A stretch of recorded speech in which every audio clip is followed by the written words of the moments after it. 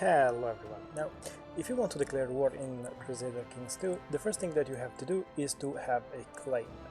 Now you need a legal claim to a certain place, like in this moment I am the Duke of Ferrara, which is a duchy that de jure has this county, and therefore I have a claim on this county.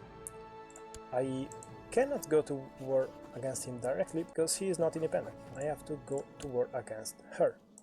So if I right click on her, I click declare war, I can go to war for a de jure claim on Ferrara.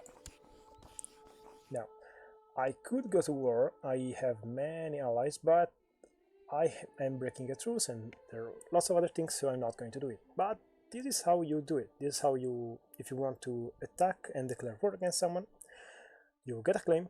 You can get a claim by inheriting one, a de jure, or by fabricating one, here. And then you go to war against someone. And here you declare war.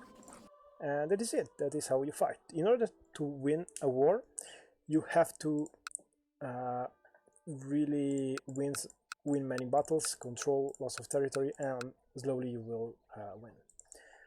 And that is it. I hope you liked this video, leave a comment, subscribe, and see you next time.